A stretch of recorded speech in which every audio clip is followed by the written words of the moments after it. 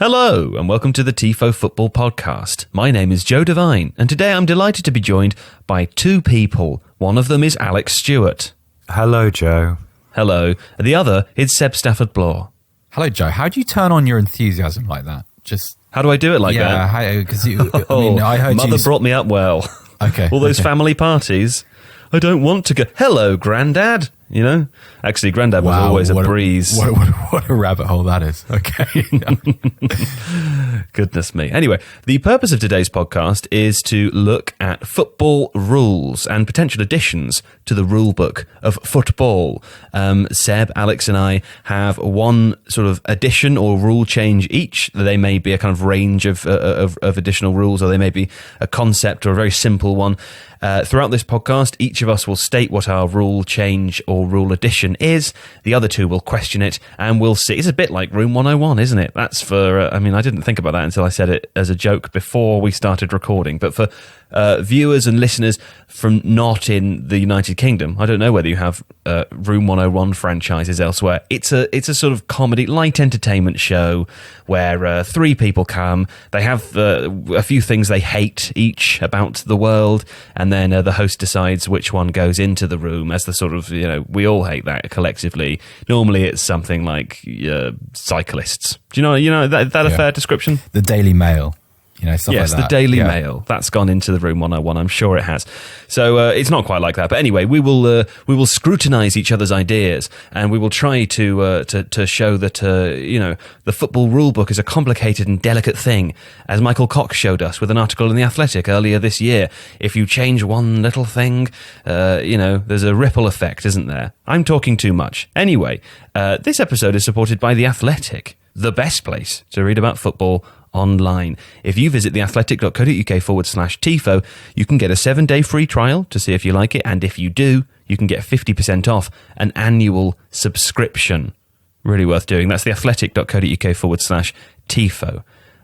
We will also be looking through some of your suggestions later on in the podcast too, so keep an eye out and an ear out for those. Anyway, that's enough for me, and here we go to the episode now. More of me.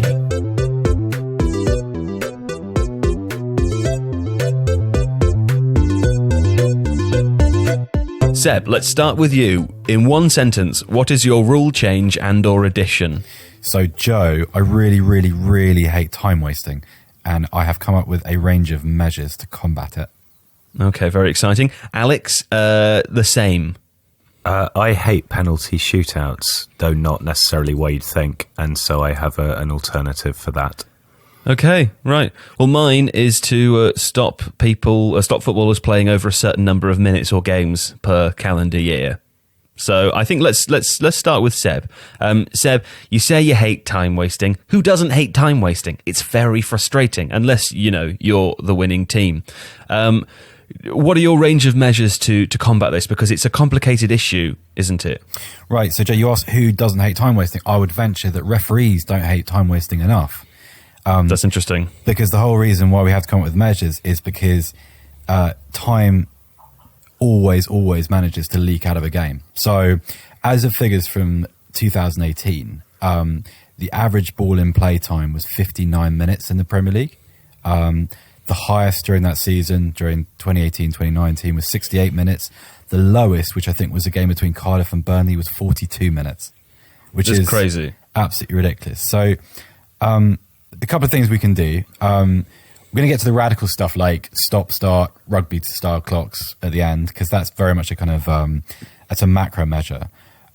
Instead, I've focused on things that could be introduced as of tomorrow, things that wouldn't take big legislative change in the game. You're going for the realistic approach, Seb. I'm going for the kind of common sense approach. So let's take things that already exist in the game and take them a bit more seriously. Okay. So should I just go through them one by one? Yeah, why not? Okay, so... Alex, you and I just interrupt when he says something stupid, okay? That's the rule. Okay, sure. And I will shout you down. Okay, so measure one, I want to see a return of the 6-second rule, which used to govern goalkeepers.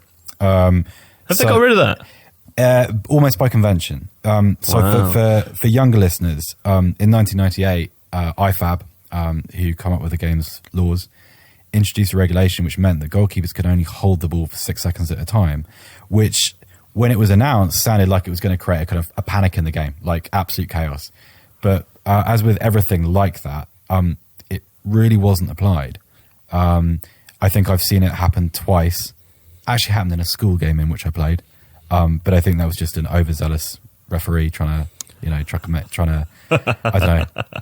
He wanted to be the working class really can be upset with you guys at that school, can't they, Seb? If this is what will happen if you'll spit on them throughout the week. They will book you at the weekend. I just want to remind anyone that was listening to that little interlude that was Joe speaking and not me.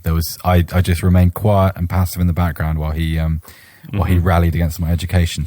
Anyway, this is an important just point like because the rest of the leading classes. Isn't it called privilege anyway, rather than education? It's. I'm not one to speak, obviously, but Weighing in there. Do go on, Seb. Anyway. So this is a measure designed at kind of reinstating seconds, in tiny increments. So, for instance, stoppage time in a game, big loopy cross comes over, goalkeeper comes to catch it, catches it fairly easily, then throws himself to the floor and spends 20, 30 seconds lying there while his teammates pat him on the head. I hate that. I hate it. Because it's good goalkeeping, fine, but also it's an infringement. You're not allowed to just erode time out of a game like that. So, measure one. In fact, that's become a sort of it's a trope. It's so regular. It's a trope. It's almost a kind of level of pageantry which is organically developed over time, where the players have noticed that if they all touch the goalkeeper's head, it will appear that time isn't moving past. Yeah, or you touch his head, or you punch him on the shoulder, or and it's become an established part of the game, which I reject. Anyway, measure two. Can I just step in first?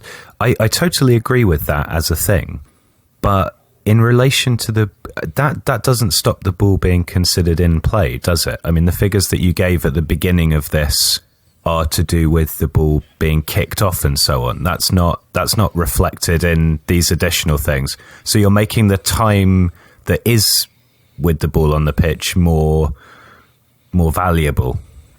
You're right, Alex. So basically what I'm trying to do is I'm trying to eliminate dead time.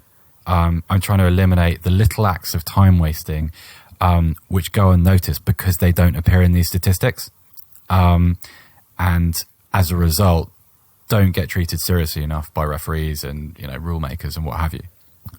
So just to be absolutely clear, the statistic you quoted at the beginning, the game between Cardiff and who was it, Burnley? I think so. There's a bit of an asterisk against that. I can't remember who the two teams were, but that was the low point of the season. Yes, but that game, the low point of the season was sort of 42 minutes played or whatever. That 42 minutes still includes the time where the goalkeeper is having his head patted. So it still includes time when the goalkeeper is having his head patted, time when a goalkeeper is trying to retrieve a ball for a goal kick, time when the game is actually considered continuous, basically. Right. Okay. Fine. Okay. I'm with you. Right. Do go on. Measure two, which is a bit more radical. So, goal kicks. If anyone out there has been watching the NRL, they'll have noticed, which is Australian Rugby League, for those who don't know, they'll have noticed the integration of a stop clock, which governs restarts. So whenever a scrum happens or a line dropout, you have, I think, 20 seconds to restart, or this horn sounds in the stadium over the tannoy.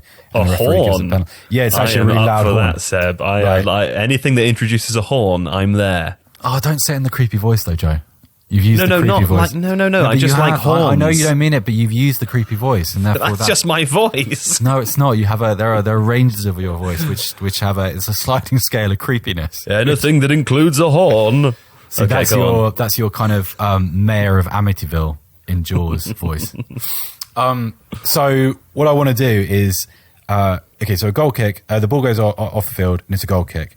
Now, one of the ways in which goalkeepers waste time in games is by messing around by the advertising hoardings and changing the side of the 6-yard box and when they're going to take the goal kick. So what I want to do is I want to say, right, goalkeepers are no longer allowed to leave their 6-yard box in that situation.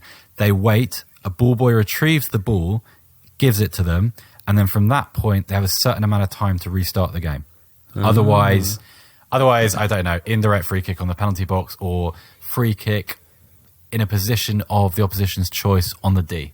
I haven't thought that far through, but that's pretty severe punishment. Let's call it a Ben Foster rule. No, it's not. It's not. It's become a tactic. Watch Ben Foster play. Good human being, nice person, huge waster of time. So this is an anti-Ben Foster measure. Okay. I'm half on board with that one, but go on. Okay. Any more objections to that, Alex? I can sense an energy from you. Said no one ever through the internet.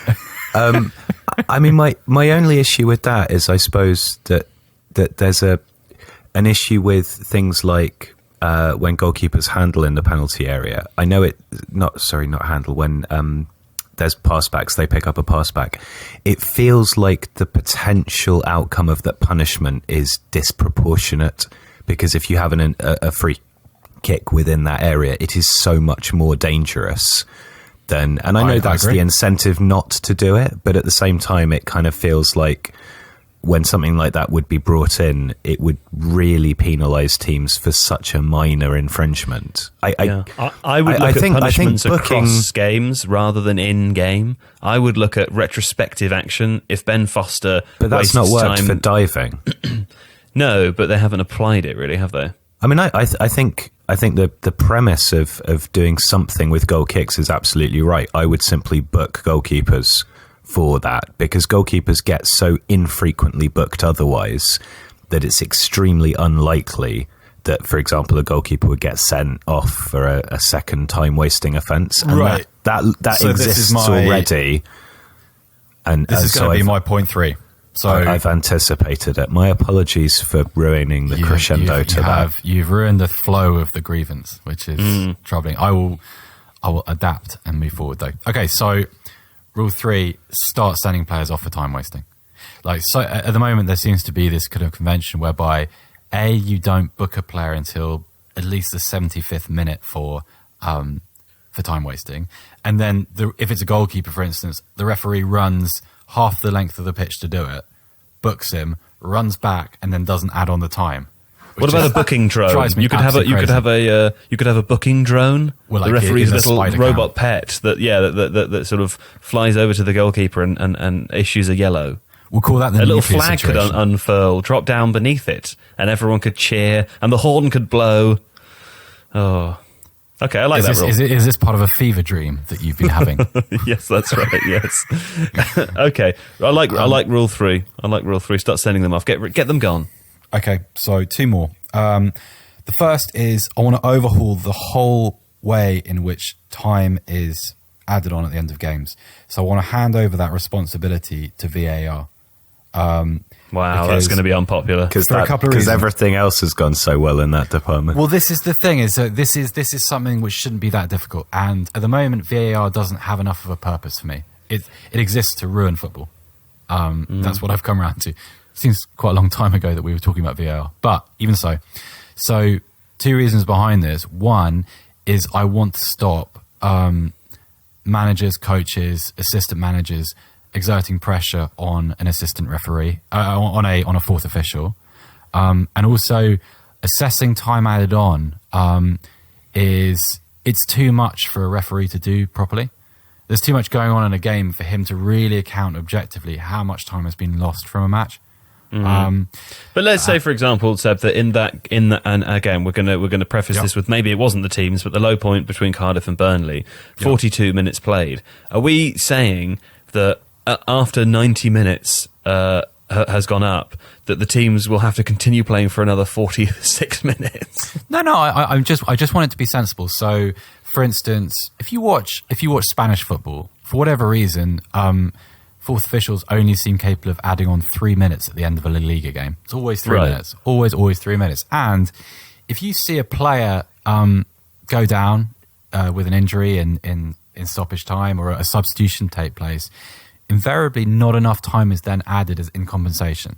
So not only am I giving Stockley Park the authority to set the minimum amount of stoppage time, which appears on the fourth official's board, I'm also going to wait until they give the say-so to finish the game at the end of stoppage time, because I want to give them a proper function, which goes beyond looking for penalties, red cards, denial of goal-scoring opportunities, whatever it is that they do. I want a sort of a more mathematically precise. So, for example, so Cristiano Ronaldo is running down the wing, shoots a shot. It's probably going in, but just before he shoots it, the whistle blows. No. Nothing changed in the sense of like the game still ends. No buzzer beaters. No. The referee still blows his whistle. It's just that Stockley Park or whatever the alternative is in the other leagues gives the referee permission to then stop the game at the next appropriate moment. Ball goes off, ball goes through the middle of the pitch, whatever it may be. No Clive Thomas situation at corners where you blow full time, as the ball's going in and that. But you just, too much time is lost, and also it's become far too easy for teams to ruin the momentum or the rhythm of the final moments in a game. It's just too easy. It's too, and those are some of the most fun moments. Exactly that. Those are the moments that, they should be treasured. Well, the broader issue is that people pay a lot of money to go to football now. And so for them to actually only watch 42 minutes of football, it's a disgrace. It's ridiculous. Or 55 minutes on average. And I've got one more, and then I'm going to finish dying on this hill. No more substitutions in stoppage time. Because, again, this has become a trope. Like a manager makes a substitution with like 45 seconds left, and a commentator will say, "Oh, he's trying to waste a little bit of time," and you think, "Yeah, it's weird that we're so accepting of that." And also, like I mentioned, this. What about for injuries, Seb? Don't care. No, it's such a small part of the game that if a genuine injury happens, which I think is actually quite rare when a player needs to come off the field in injury time, then you go down to 10 men. Alternatively, like I mentioned this in an article a while ago, and someone said, yeah, but what if you need to make a tactical substitution? If you're a manager and you can't buttress your formation by repurposing another professional footballer in a defensive position or as an emergency fullback, or stick a centre half up front, then you're not really mentally agile enough to be doing the job in the first place. Or if you haven't done it before 90 minutes has passed. Yeah, exactly. And also, maybe that leads to a lot of substitutions being made in the 88th or 89th minute. Okay, but then at least you're being properly compensated by the time added on from my theoretical guy at Stockley Park.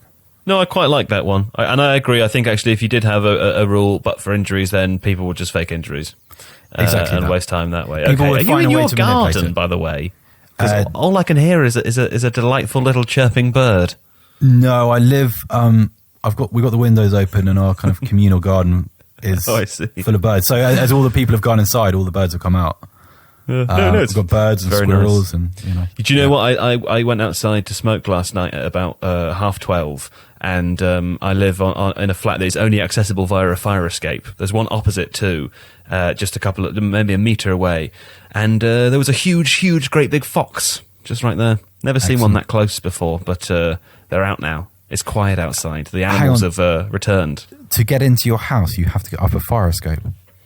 Well, it's a fire escape looking set of outdoor stairs, if that makes sense. Do you mean you don't go over a drawbridge? No, that's your house, Alex. I think you've become confused. Yeah, and do be careful to raise it, because the donkeys there, and the ponies and the horses, they just keep getting away, don't they? And then you need time for the portcullis to be wound up as well. So, yeah. And then you're always expecting my people to fetch it for you. Right, Seb, broadly speaking, I like it. We're going to wait until we get to the end before we decide whether yours wins. And Alex, we're going to move to yours now. We didn't what? You didn't clarify that there would be a competitive element to this. That's because I didn't want to pressurise anyone beforehand, which maybe retrospectively I should have done, because I'm feeling Alex hasn't prepared at all. Right, Alex, go. What's your unprepared statement? Right. Well, as I said before, I'm going to preface this with the fact that I find this a conceptually difficult thing to do. Yes. Because the laws of football exist, and I can't. That's right. You're so stuck in the zeros and ones that when we drop a 2 at you, you don't know what to do and you freak out. I panic. So what I've gone with is something that's kind of ridiculous, and I'm not even sure I agree with anyway. Right. Well, you're not going to win then, are you? But go on. Probably not. However, penalty shootouts, I think, are a bit off. So that's the best way I can put it. So for two reasons. Firstly, basically, it's really quite easy to score a penalty if you're a professional footballer. So it seems to me it's unduly biased against the goalkeeper. And also, since the rule change or law change around goalkeepers staying on their line during penalty shootouts, it's become even harder for goalkeepers to gain any kind of advantage. Also, you have a lot of these sort of false start situations. Sometimes it's adjudicated that a goalkeeper's off the line. Sometimes it's not when they are. It just feels like it's unfair and overly scrutinized in a way that is... It's such a kind of coalescence of emotion and potential and difficulty and all of those things that it's kind of screwed it up. Okay, you've drawn me in there with your setup. Hit us with the solution.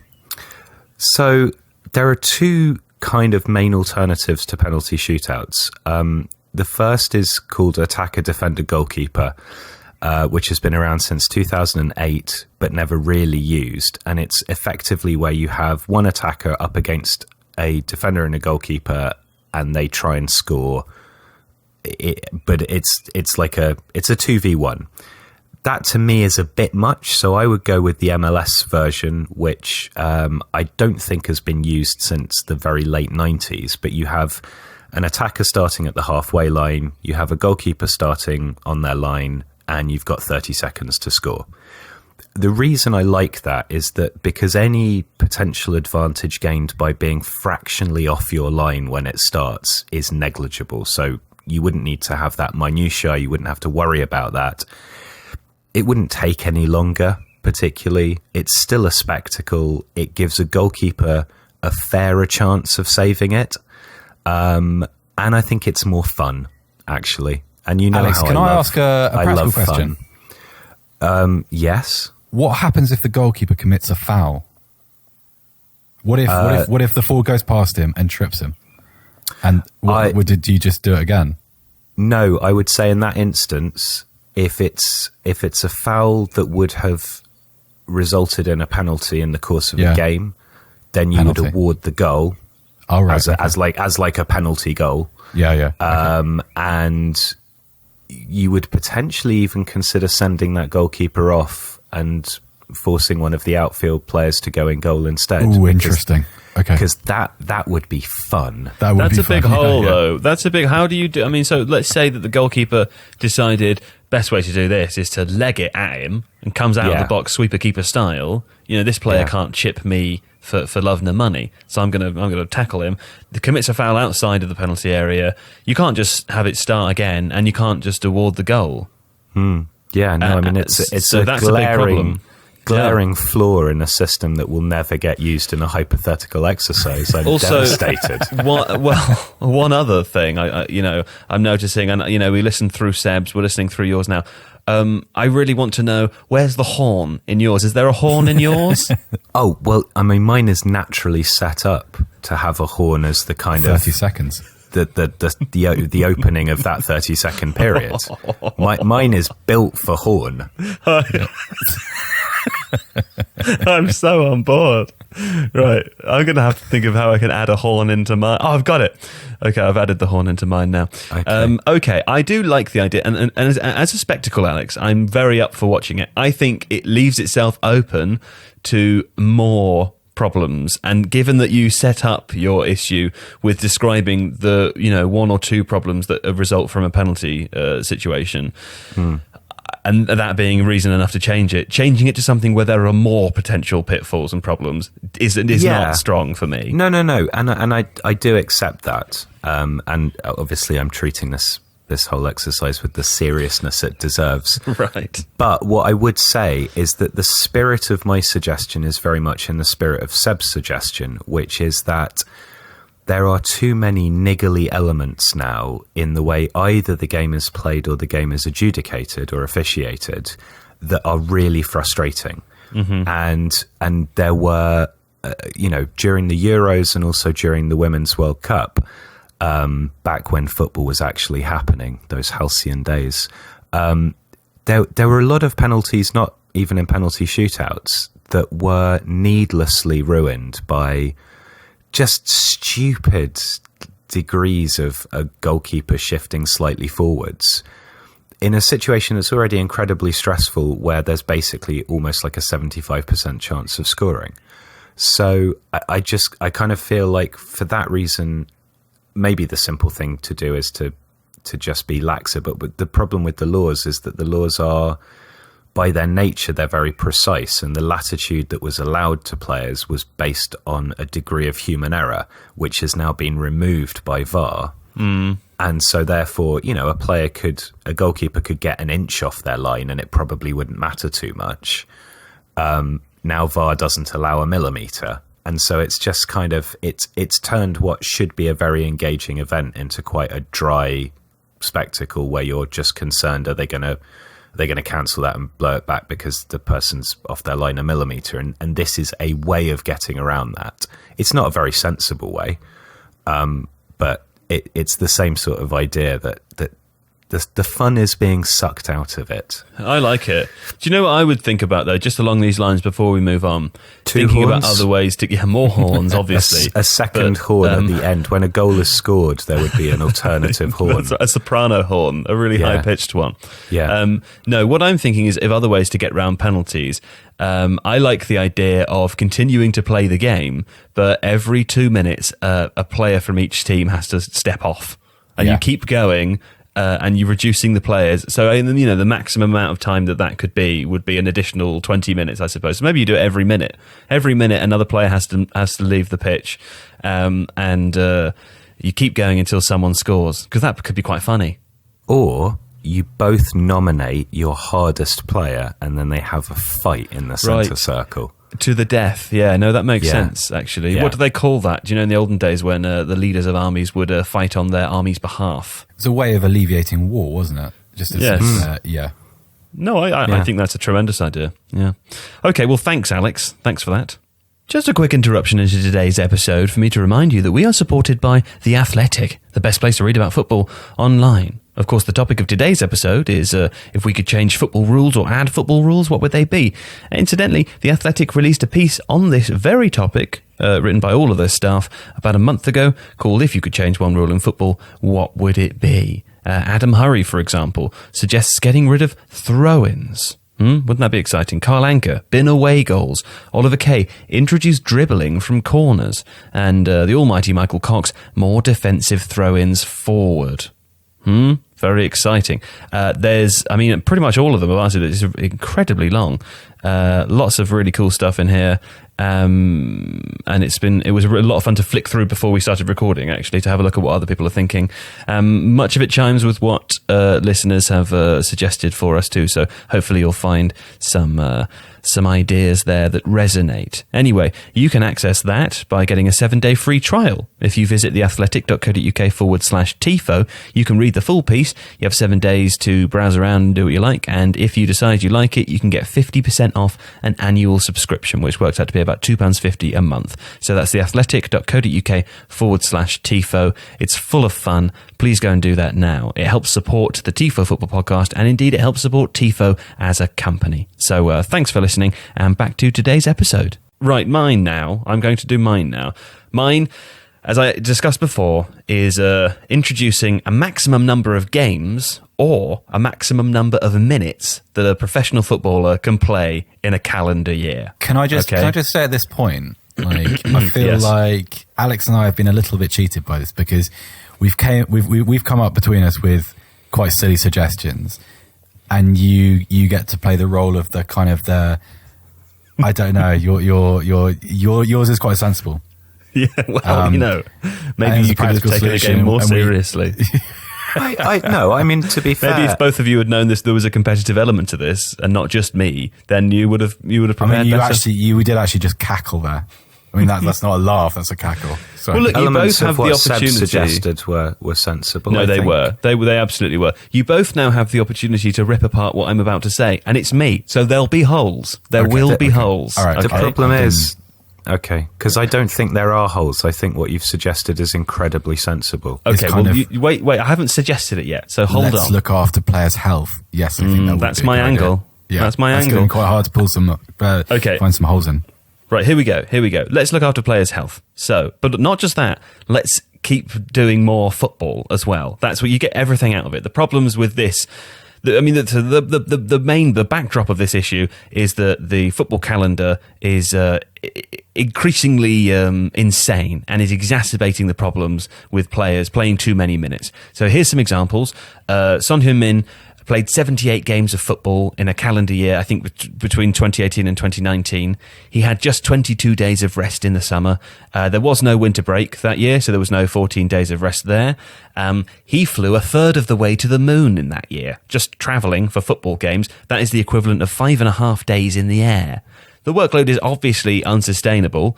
And another really good example of this is Alexis Sanchez, who had, I think, just one summer break in 5 years because CONMEBOL moved the Copa America to align with the Euros. And so it was played 4 times in 6 years. So between that and his World Cup appearances, he basically had one summer in 5 years. No wonder he's fucking shit, right? I mean, he's tired. He's a player who he was kind of, what would you say? He's defined by his tenacious run when he first joined Arsenal. Yeah, and he was, charging down the way. Of course he's tired.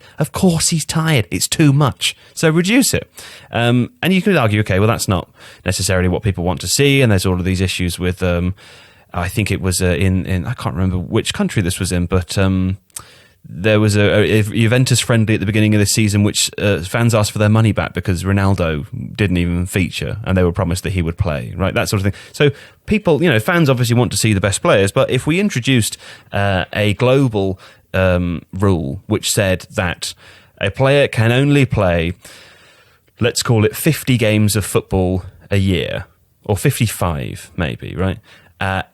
Down to the minute. So if they play 60 minutes in one game, they still have their 30 of that game left. I don't know exactly what the number of minutes is. I haven't worked it out. As a result of that, you would have to increase the squad size that you could enter into tournaments because you would need more players to be playing. So you would up the squad size in the Premier League, for example, from 25 to 30. The additional 5 players have to be from your academy, which is fun, right? That would encourage clubs to focus on their academies more and bring through their own youth players and that sort of thing. Fans would get an opportunity to see more players. It would be a fun fan thing where you knew, for example, you've got 3 games of the season left and Harry Kane's only got 90 minutes. How do you apportion him throughout those 3 for Tottenham? Would it be a fun fan thing, or would it just be another means by which fans could moan about something?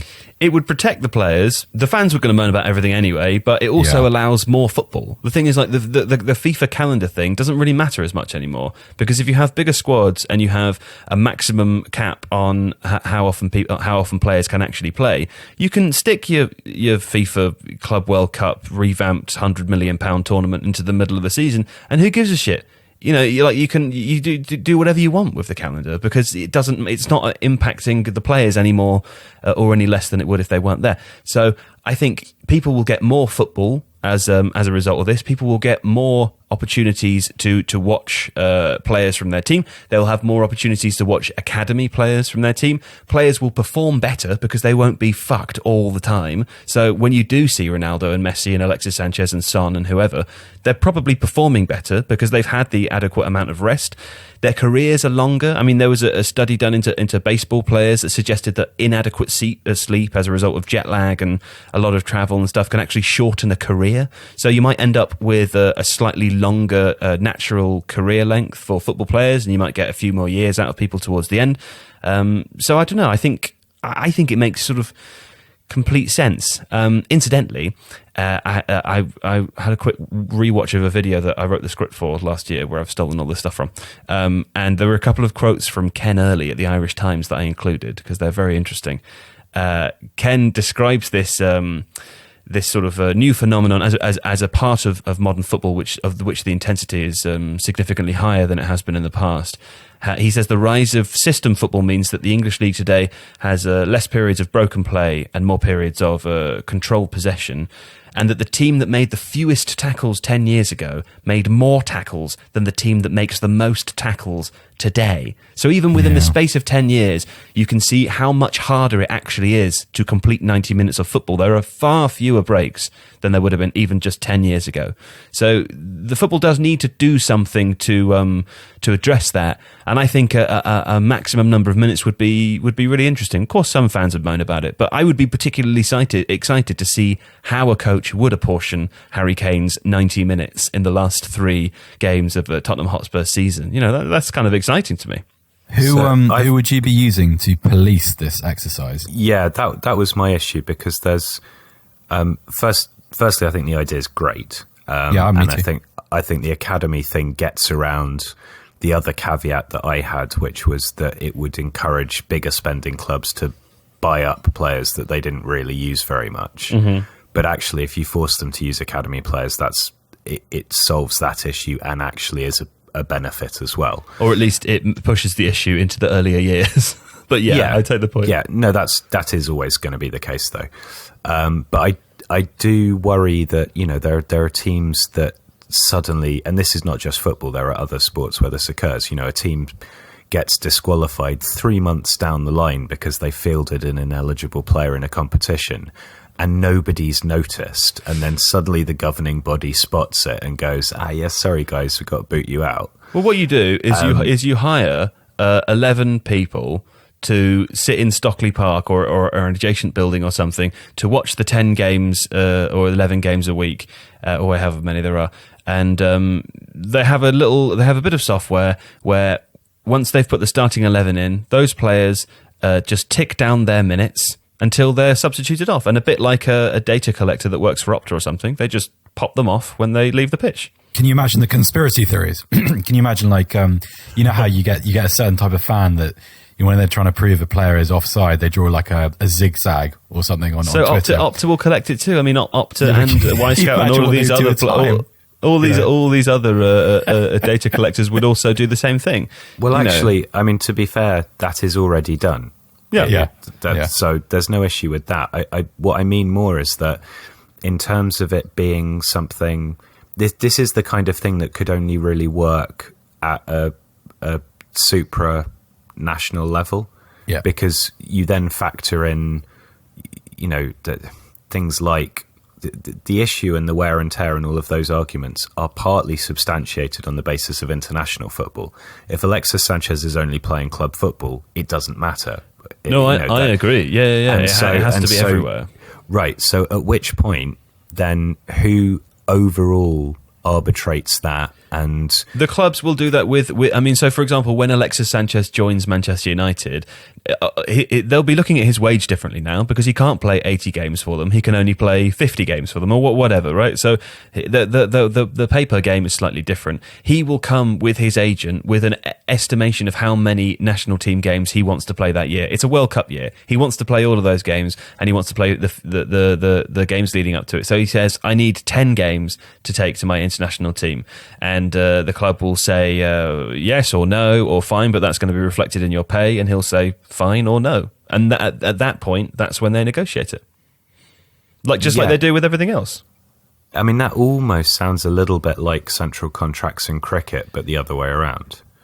Well, the thing is, it's the player power. The player decides how they want to apportion it. If the club don't like it, the club don't have to agree with it, but then the player doesn't join the club. You know, they join a club where they're allowed to do that. And then you'd have interesting kind of markets pop up where, for example, a player might go to Portugal. Like Alexis Sanchez might go and play for a Sporting Club because Sporting Club say, come here, we'll pay you this amount of money, and actually we'll give you your 15 games for the national team because it's a World Cup year and it's important to you. You might spring up new markets all around Europe. It could be good for the financial imbalance. I would worry that would disincentivize. I would worry that would disincentivize international football, though, because actually, when you've got I mean, yes, the counter argument to this is that it's all geared towards prolonging player careers, but at the same time, you still don't know. Things will happen irrespective of reducing wear and tear. You just get your leg broken. And I think if there isn't some then financial incentive to play international football, if a club is saying to you, well, we're going to pay you 20 grand a week less because you want to play 10 international games, whereas if you only played one, then we okay, play so then you, there's an exception for international players. So how about that? So you have your 50 games a season. At the moment, the average is, let me find that quote, where is it? The average is... Oh, I didn't take that down, but elite players, basically players at the top of the game, are participating in almost 80 games a year. Far too many. So what about you have 50 games at club level, you have your additional 10 at international level. Even in a year with a tournament, you don't need to play more than 10 games. I suppose what's interesting is that actually you could have talking of value, you could have certain players who, for whatever reason, have missed a portion of the season, acquiring a really strange value in, for instance, the January transfer window. This is what I mean about the kind of popping up of new markets. Like, it's all of a sudden, it could be really interesting. Well, it becomes an attribute of itself. It's like, well, I've got 33 games between January and April. I can come and play for Man United. That is quite interesting. Yeah. Yeah. Well, okay. And of course, when a player reaches the end of their minutes total and they have to be substituted off in their final appearance, that's when the horn sounds. Yeah. Or you could have like a man dressed like a like a mascot. You could have him dressed like a stopwatch, running out onto the field with a net. Then he tackles the player and then puts him in the net. Everyone I like it. Ironically cheers. Just a great day out for everybody. What I'm thinking of actually more is you'd be able to put some of the money that you'd save on medical bills into building this enormous horn structure on the roof of stadiums, kind of a like little the horn bit in the Lord of the Hell's Rings. Deep. Yeah, exactly. Yeah, summon the Gondor or whoever. Yeah, no, that's different. basically that wasn't the noise of a horn, Joe. That just sounded like Predator. That was I tell you what, that was actually that's a didgeridoo. Well, but it's very similar to the sound that the horn makes in Lord of the Rings. I've just recently watched them, and also I'm a super fan. So don't test me, guys. Hey, listen, we're at the end now. So first, before we decide who's won, we all know who's won, but before we decide who's won, let's go through some of the suggestions from our viewers and shit all over them. Okay, first one comes from Jamie Blair. All referees must be equipped with microphones during games. No, Jamie Blair. Why not, Seb? Because they already are Jamie Blair. I think we know Blair. what he means. He wants the audio to be publicly available, but like it is in rugby, and it's interesting and it would be quite fascinating. But I don't think it would serve the collective interest. I mean, there was back in, it was either the very late 80s or the early 90s. They actually mic'd up David Ellery for an Arsenal game, and the highlight of which was Tony Adams yelling "fucking cheat" in his face at one point. And then there was actually a camera crew that followed them around for the referees for the documentary. And at one point, it retreated into the referees' room at the end. And George Graham, who was managing Arsenal at the time, came barging in, looking furious, and then spotted the camera at the back of the room and be like, "Oh, no, I'll come back later." So I don't know. The idea is interesting. I don't think it would add the clarity that people think it would. Okay. I also think you've got a couple of referees that already think they're hugely important and entertaining. Yeah, and it would just, there's no one that immediately springs to mind except Mike Riley. There's Mike like 5 Dean. of them that spring to mind. All of them. You can't encourage what's already happening like that, because there's a few of them that already think they're the stars of the show, and you can't What was that spotlight thing? Was it Graham Pole who thought that the cop was standing and singing for him because they were knowledgeable fans and knew it was his last game or something? No, it was. It wasn't Graham Pole. I've forgotten who it was. It was it was another referee who also released a book. It was Mark something. His name eludes me, but yeah. Just beautiful. That's the level of self-importance we're dealing with, so I don't think we should encourage it. Agreed. Okay. Phone the cops. Within the Premier League, they should adapt MLS VAR rule. Oh, what? That doesn't make any sense. Oh, if they can't determine within... They should adopt it, he means. If they can't determine within 30 seconds if an error wasn't clear and obvious, they should let it go. Hey, I'm going to phone the cops on you because that's bad. I don't like it. Does anyone else like it? I think that's the kind of either you have VAR or you don't situation. Exactly. Also, if the error wasn't clear and obvious, then why is it being assessed anyway? Exactly. I don't like that one so much anyway, but sure. R&R. Forced injury substitutions shouldn't count towards the three that a manager can make, and there should be a neutral doctor to assess whether the player is feigning the injury to get a free substitution. Be manipulated. Do they know how long it takes to do an MRI scan? Do they know? Yeah, I mean, if you say to a test. doctor that my head hurts and he says, well, it shouldn't hurt, and you say, but it hurts anyway, they'll go, oh, God, well, we should probably do something. I would, okay, so R&R, I would look up the Bloodgate scandal in rugby from a few years ago. Mm-hmm. So there's a rule in rugby where if you're bleeding, you can have a free sub. And a player bit into I'm not sure what was actually in the capsule, but it was like a red food colouring or something. Oh. And you can find footage of it. It's a guy called Tom Williams, I think he used to play for Harlequins. And he just mysteriously, he gets up and he's covered in blood to the point where he looks like he's been beaten half to death by 6 people after an innocuous tackle. Right. But that's what happens. If you introduce rules, if you introduce little loopholes, eventually people exploit them.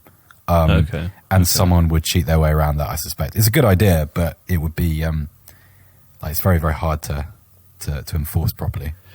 Samuel Payton, change the handball rule when a goal is scored. The referees have got too much stick and accused of bad judgment for applying this rule, disallowing the goal if the ball touches a player's arm in the build-up. It's too vague, and goals are getting chalked off because of it, for example, touching a player's shoulder. That's more of a VAR thing. Well, that was. I think that was the worst response yet. Santi Mina, if I could change anything, I would probs just do something to actually stop the abuse from fans, like racism and all.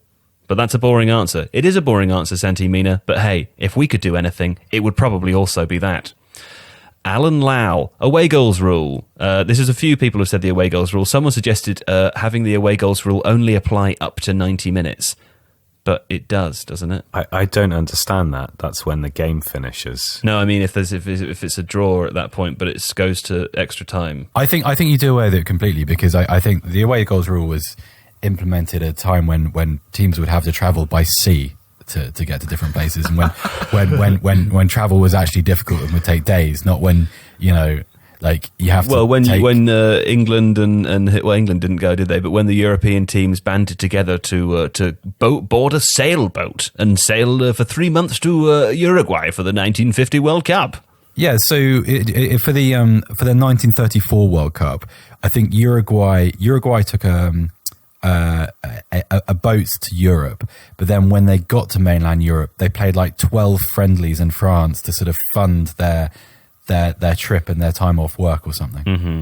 Yeah, that's a story from deep inside Jonathan Wilson's book, I'm sure. But basically, I meant 1930, by the way, not 1950. But yes, okay. But basically, yeah, the rule's outdated. I think we can all agree on that. Yeah. Okay. I like away goals. Yeah. Yeah. Well, you just like the rules, don't you? Well, no, I like the potential for chaos when teams miscalculate things. Yeah. How about this? Oscar Tierney says a player is not deemed offside if they are onside when the ball is received, even if they're offside when the ball is played. In a way, that's much more sensible, because it is basically physically impossible to be able to gauge where a person is and an event is happening if those two things aren't in your immediate field of vision. Like you just can't do it. Whereas you could, clearly, by reception of the ball. And I don't think it would make a massive issue either, because the biggest issue would be players running kind of off the blind side and suddenly appearing in front of defenders. But then you'd hope they would have the situational awareness. It wouldn't even stretch the play, would it? Because, say, for example, Aguero hangs, 10 metres offside, and the ball gets passed towards him. The team just doesn't move back. Yeah. So maybe it favours defensive teams. I suppose maybe I it gives. think it would. Sorry, Alex, go on. No, I was actually genuinely pausing to think about it. Well, I wonder if it gives too much of an advantage to the attacking team, because the attacking player then basically dictates when and where the offside line is applied or drawn. So maybe it's kind of, I don't know. Yeah, but it's still ultimately in the attacking player's best interests to receive the ball.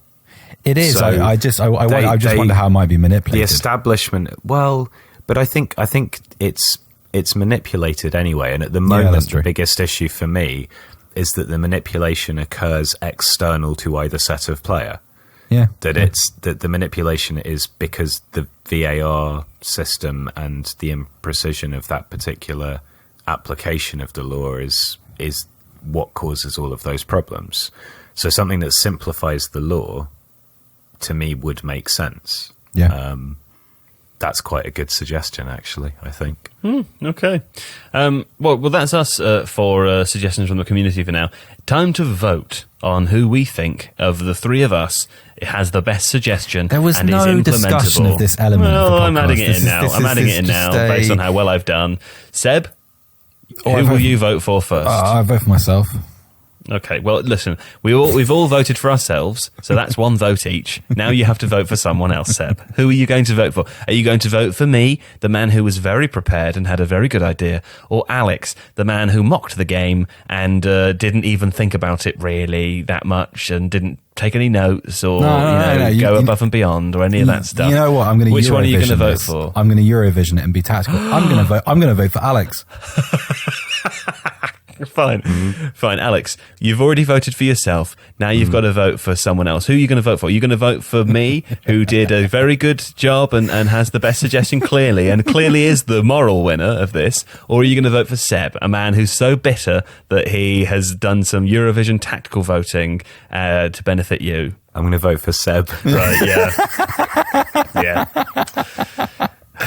Now, Joe, on the basis that you can't vote for yourself, who wins? Wow. You know who I'm going to vote for, guys? I'm going to vote for Oscar Tierney because, that offside one was a good idea. That was a good idea. Well done, Oscar. So, yes. Clearly, we all know who the moral winner is here. Hey, listen, it's that's it. Thanks. And thanks to Seb. Thanks, Joe. And thanks to Alex. That's a caveated thanks, I think, but yes. I don't mean it, but I feel like the people listening might mean it. Okay. Anyway, we'll be back later in the week, actually, in an episode where Alex and I discuss all there is to know about tiki-taka. Yeah? It's actually quite fun, that one. That's good, isn't it? Yes, all right. Yeah, good. All right, thanks for listening. Hope everyone's well, and we will see you in a few days. Ta-ra!